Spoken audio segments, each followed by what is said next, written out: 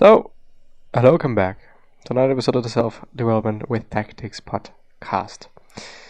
In the background, as you already see, Derek Sivers' How to Live 27 Conflicting Answers and One Weird Conclusion. There is no book cover, and I show you why. It is one of his books. You might know Derek Sivers' site from all the book notes, an amazing collection of various different and just really a lot of notes. Pretty good, pretty amazing if you want to decide whether you should read a book, whether you want to read this or that book, if it is a good one, or if you, as I actually always do it, if you just want to have those big ideas, those big things that those books contain, and you do not have the time nor the willingness to read the whole book. This is actually kind of basically why I go through book summaries. First of all, sharing it, which for me seems like a good idea, and second of all, I don't know, it's good for me as well. So How to Live, the 2021 book, and also the newest by him. Not quite non-fiction, not quite self-help, it's work of art about conflicting philosophies.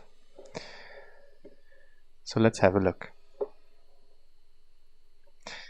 How to Live, 27 conflicting answers and one weird conclusion. Not quite non-fiction, not quite self-help.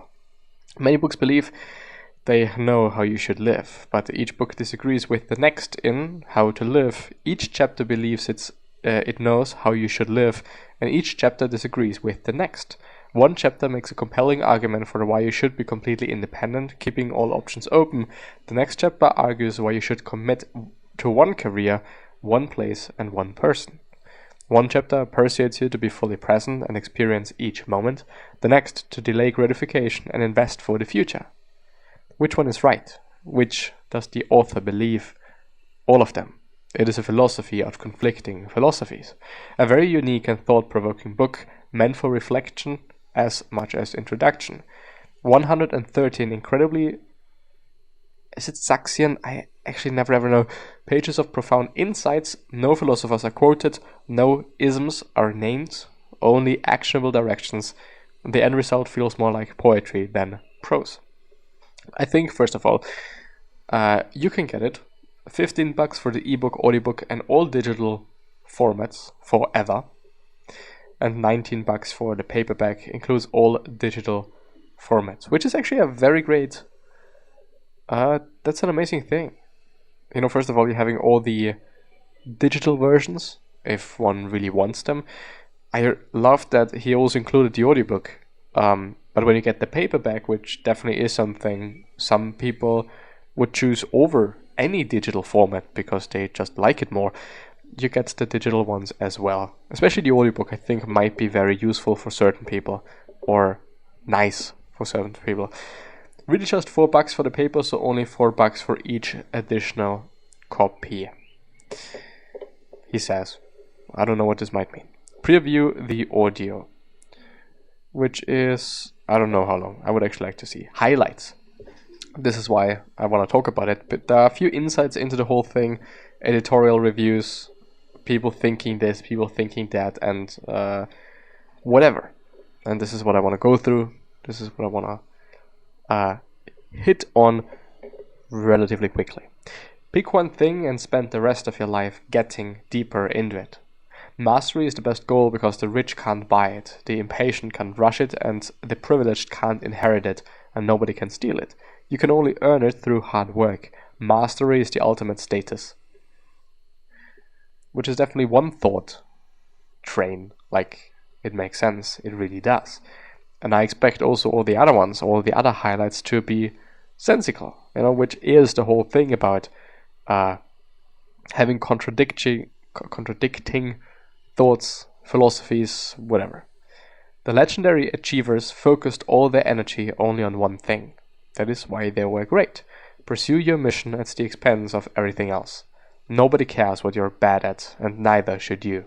Amplify your strengths, nobody will see the rest. Which, at my point of view, is totally correct. We all have certain things that we are just really bad at. I'm really bad at whatever. I'm really bad at grammar in German. I really am just not good at it, and I also dislike it. I am not good at working very cleanly, but I'm really fast. So whenever we are bad at something, I do believe that it gives us strength in another area. So yeah, period. All misery comes from dependency. If you weren't dependent on income, people, or technology, you wouldn't be truly free. The only way to be deeply happy is to break all dependencies. If you weren't dependent on income, you wouldn't be truly free. Well, I don't know. I think that there are just going to be certain dependencies, also ones that we do not necessarily, at least at my point of view, think are bad, i.e. people. Technology is just what it is, there are going to be some dependencies, but you can buy them, so it is fine, I guess. So, yeah. Falling in love is easy, staying in love is harder, enthusiasm is common, endurance is rare. Marriage is for getting through the times you're not in love. Be loving even when you're not feeling loving. That's actually very good advice, I'd say. Be loving even when you're not feeling loving. Or maybe when you're not feeling loved. Even though you might be having a hard time, doesn't mean that you actually also have to give other people a hard time with you. It is fine to be in a bad spot. It is fine to be angry. But I think another thing is letting it out on other people and letting other people feel it. This is quite unnecessary for the most part. And I want to underline, for the most part. Most of what people say and do is unnecessary. Most talk is just noise. The English word noise comes from nausea. Say nothing unless it must be said. People will appreciate your silence and know that when you speak, it must be important. Shallow rivers are noisy, deep lakes are silent.